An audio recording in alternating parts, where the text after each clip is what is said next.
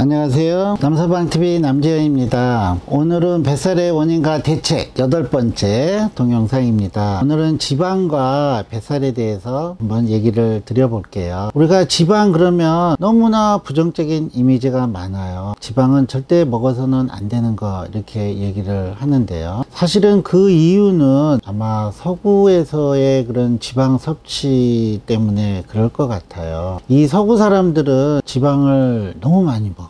실제로 이런 지방을 너무 많이 먹어서 비만 치료가 거의 불가능하다 할 정도로 지방 섭취에 의한 이제 뱃살이 많기 때문에 그렇게 된 것 같아요. 왜냐하면 우리가 탄수화물도 맛도 있고 하지만요, 탄수화물, 지방, 단백질 했을 때 제일 맛있는 거는 지방이 제일 맛있어요. 우리가 고기를 먹을 때도 텁텁한 살코기만 돼 있는 목살이라든가 사태살 같은 거는 상대적으로 가격이 저렴하잖아요. 등심이나 안심처럼 마블링이 잘 돼 있는, 마블링이라는 게 사실은 게 지방이거든요. 지방이 어느 정도 들어가 있는 고기가 맛이 있듯이 삼겹살 맛있고요. 사실은 뭐 야생에서 있는 멧돼지라든가 토끼구이라든가 저도 이렇게 먹어봤는데 맛이 없어요. 왜냐하면 이 야생에 있는 이런 멧돼지는 지방이 없더구만요. 이게 텁텁해 가지고 그렇게 우리가 맛있다고 느끼지 못하는 이유는 역시 지방이 이제 어느 정도 들어있느냐 없느냐에 따라서 차이가 되는 거거든요. 실제로 이제 이 지방이 가장 맛이 있는데, 우리가 음식 맛을 좌지우지하는 거는 어릴 때 먹었던 음식들,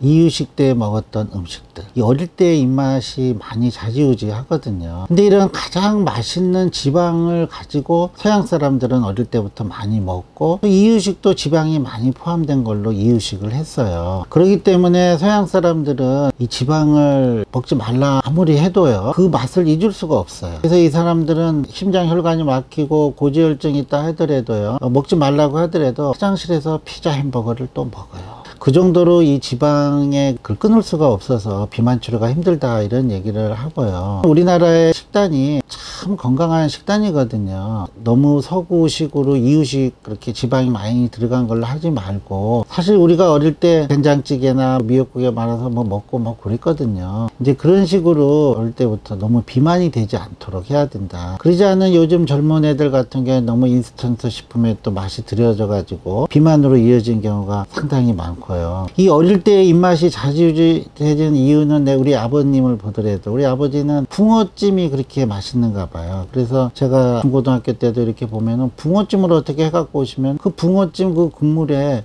일주일 동안 밥을 드시는 경우도 있어요. 저는 그거 먹으려 했더니 비린내도 나고 가시도 많고 별로 맛도 없던데, 아버지는 그게 좋대요. 왜냐하면 어릴 때 그걸 먹었기 때문에 그런 것 같아요. 저 역시도 돼지고기 껍질에 털도 박혀있는 돼지고기 들어간 김치찌개를 양철 냄비에 하는 걸 제일 좋아해요. 왜냐하면 제가 어릴 때 우리 외할머니가 그걸 많이 해줬거든요.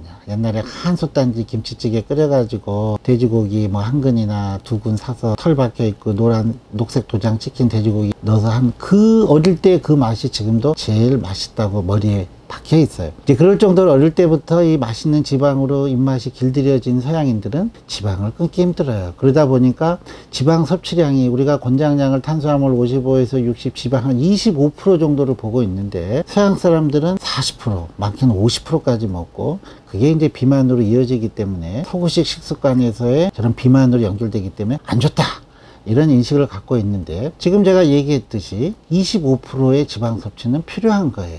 이 25%에서의 지방은 10% 정도는 포화지방, 15%는 불포화지방으로 섭취를 하셔야 돼요. 이 포화지방도 10% 정도는 해야 되는 이유가 에너지원으로도 쓰이지만, 우리 몸에 또 세포막이나 또는 호르몬의 재료나 이런 걸로 또 필요로 하는 부분이 있기 때문에 10% 정도는 해야 되고요. 이 포화지방을 물론 많이 먹으면 안 되지만 10% 정도 전체 칼로리에서 차지하는 정도의 비율은 드셔야 되고요. 특히 불포화지방은 우리 몸에서 만들어내지 못하는 필수 지방산이 많아요. 많이들 들어봤겠지만 오메가3다, 뭐 오메가6다, 뭐 크릴 오일이다, 이런 것들이 이제 필수 지방산이 포함되어 있는 경우가 많은데요. 그래서 어느 정도는 이런 것들을 이제 섭취를 해줘야 돼요. 필수 지방산 같은 경우에는 우리 몸에서 만들어내지를 못하기 때문에 밖에서부터 꼭 섭취를 해줘야 되거든요. 특히 우리 장모님이나 그 후타삼 어르신들 보더라도 고기 별로 지방 안 좋아한다 했잖아요. 왜냐하면 이분들은 어릴 때 고기를 그렇게 많이 먹지를 않아서 눈내 난다고 막 그래요. 눈내가 저는 뭔지 잘 모르겠는데 별로 좋아하지를 않더라고요. 우리가 이런 비만에 대한 식사 얘기를 할 때도 젊은 사람의 식사 패턴과 나이 드신 분들의 식사 패턴을 이제 분리해서 해야 되거든요. 자칫 잘못하면 이분들이 고기 먹잘라 하니까 나 뚱뚱하니까 안 먹어야지, 녹즙으로 대체해야지, 이런 생각을 갖게 되는 건데요. 그거는 잘못된 거고요. 이분들에게는 그게 필요해요. 오히려 탄수화물 섭취를 줄이면서 적정량의 지방이